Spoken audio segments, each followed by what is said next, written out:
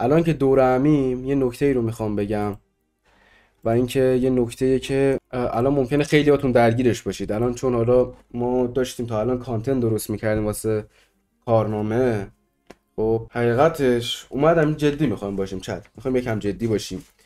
اومدم راجع به این یکم صحبت کنم بود، راجع به این برگه ای که نتیجه 12 سال تحصیل واسه هر پسر یا دختری، که حالا این برگه دیپلم نیست چون برگه دیپلم رو فعلا نمیدن و من این کارنامه رو 2 روزه گرفتم. برگه دیپلم رو فعلا نمیدن، ولی وقتی اینو قبول شده باشی و سال قبل تو انگار دیپلم تو گرفتی دیگه، چون دیپلم منو الان ندن، یه 20 روز دیگه میدن، چون دیگه گفتن تایید بشه زنگ میزنیم بهتون. خب تاییدم شده و حاجی میخوام اینو بهتون بگم، چقدر گوش کنید، چون الان ممکنه یه سریاتون واقعا سنتون پایین باشه و اینکه خیلی استرس دارید، مثلا اونایی که نه کارنامه گرفتن نه چیز کردن، هنوز خیلیاتون استرس دارید واسه این داستان، واسه نمرات، دیپلم، کارنامه و اینکه حاجی واقعا میخوام در یک جمله بگم آیا ارزشش رو داشت؟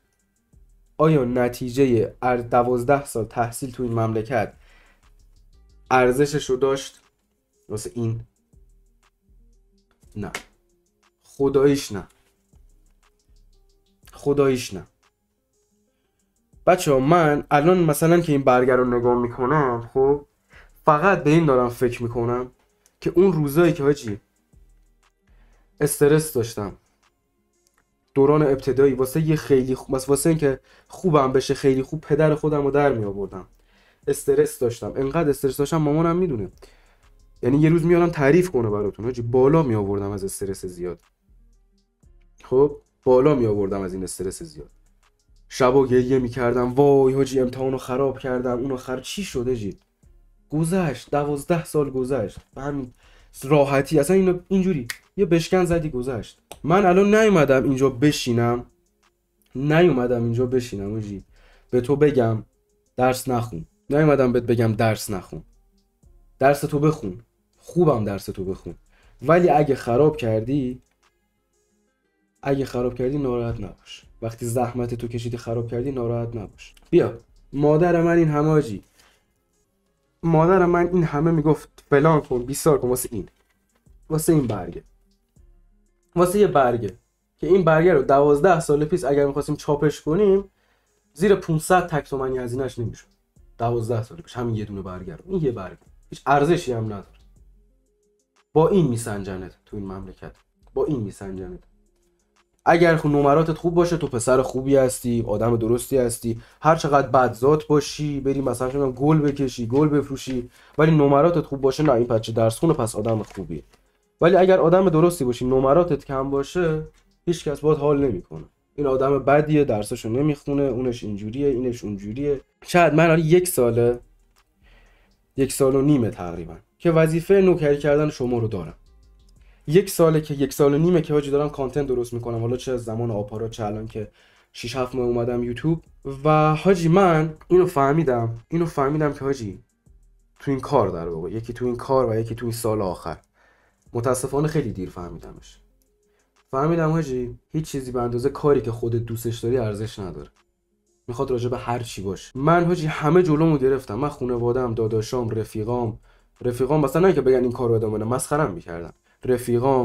رفیقام مجازیم همه من جلومو گرفتن توی این 4 سالی که حالا نمیگه من 4 سال مداوم که ادامه ندادم، وگرنه الان 100 کی 200 کی حساب داشتم، ولی این 4 سال همه جلومو گرفتن. ولی من الان اینجام، من الان سر جای خودم نشستم، من الان کار خودم رو دارم، درآمد خودم رو دارم، کانتنت خودم رو دارم، کار خودم رو دارم انجام میدم چون این کار رو دوست داشتم.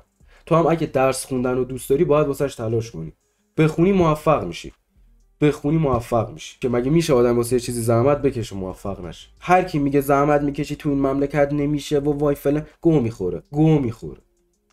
تو ببین یارو تو آفریقا اومده شده بهترین دونده دنیا، اصلا ربطی نداره به کشورست، به خود آدمه، فقط واسه یه سری واسه یه سری کشورها سختیش بیشتره. الان من 8 ماه گذشته درآمد از یوتیوب ندارم.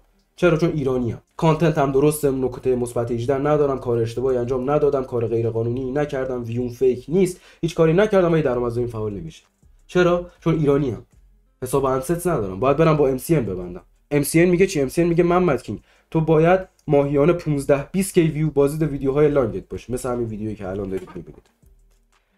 بازدید ویدیوهای لانگت باشه که ما مثلا با تو قرارداد، شاید باید قرارداد بس، واسه این مجبورم بیام به استریم کردن.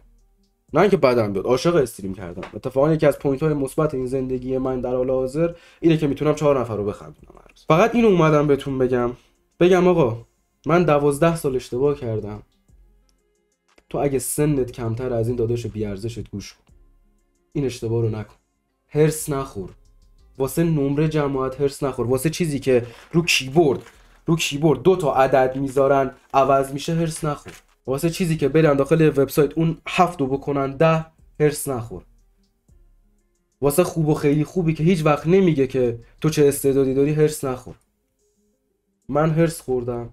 الان مشکلات قلبیم هنوز داره اذیتم میکنه. یاد اون خاطر، یاد اصلا از دم مدرسه‌مون رد میشم حالم به هم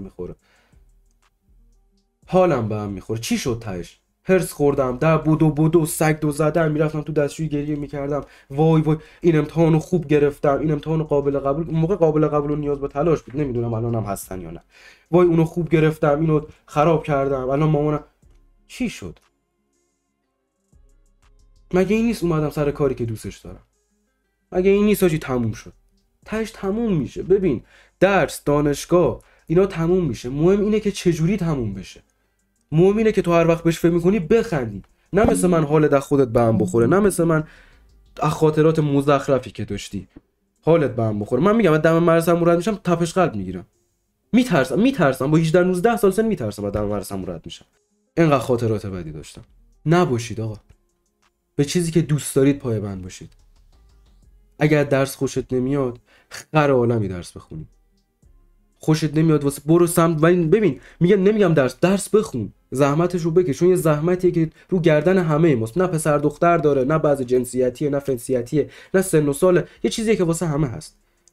درس تو بخون ولی برو سمت چیزی که بهش علاقه داری. هر کی هم جلو تو گرفت پسشو بزن، از این گوش بشنو، از این گوش بده بیرون. مثلا من تا 2 سال پیش همه خانواده بهم میگفتن تو دلغک، میگفتن این کار آخر عاقبت نداره، برید سراغ چیزی که دوستش دارید. من نه سن و سالم به اون سنیه که بخوام نصیحت کنم، نه آدمشم، نه شخصیت و شعورشو دارم، ولی یک چیزی رو تو این 18 سال سن فهمیدم: اگر امروز با ترسات بجنگی آینده موفقی داری. خب اگر امروز با ترسات بجنگی آینده موفقی داری. از تولید محتوا کردن میترسی؟ برو ویدیو بگیر. میترسی بری باشگاه؟ برو باشگاه. میترسی استریم کنی؟ استرس میگیری 2 نفر فوشت بدن؟ بشین استریم کن. اون کارو انجام بده و ادامش بده. واسط هم مهم نباشه که چه اتفاقی میفته. الان 90% رفیقای من که این کارو گذاشتن کنار ترسیدن، تجهیزاتشون رو خریدن، کلی پول هزینه کردن، ولی گفتن آقا ما نمیتونیم، استرس داریم، میایم جلو دوربین میگیم آقا یه فامیلی ببینه. تاش میخواد چی بگه؟ تاش میخواد بگه وای پسرت اینجوری شده، پسرت اونجوری، پس مگه خلاف کردی؟ کار غیر قانونی مگه کردی؟ بی‌ناموسی مگه کردی؟ نه، کار درسته، انسانی، تازه کارت از خیلی هم بهتره. داری 2 نفر رو میخندونی، داری حال 2 نفر رو خوب میکنی. پس حاجی کاری که دوست داری رو نترس، برو انجامش بده و ادامش بده. مطمئن باش موفق میشی، چه تو ایران چه تو هر کشور دیگه. دمتون گرم که این ویدیو رو دیدید آقا، عشق منید. ببخشید اگر زیاد پرحرفی کردم، چون من الان رو استریم همونطور که میبینید داریم همینجوری ویدیو میگیریم، داریم همینجوری ویدیو میگیریم که بشینم ادیت کنم واسهتون. من خیلی کوچیک‌تر از اونم بخوام شما رو نصیحت کنم، خدا رو 100,000 مرتبه شکر، یعنی خودش خیلیاتون درک و شعورتون از من خیلی بیشتره. خب ولی میبینم استرس دارید. من همیشه سعی میکنم رو استریمام حالتون رو خوب کنم، واسه 5 دقیقه هم شده از این شرایط اوضاع کشور، از این جنگ، از این امتحانات، از این استرس، از اینو یکم دور باشید. ولی لازم دونستم که این ویدیو رو بگیرم. و اینکه آقا دمتون گرم، مرسی که حمایت میکنید از ویدیو، دوستتون دارم. اگر دوست داشتید یه کامنت بذارید، عشق منید آقا، مراقبت کنید، خدا نگهدار.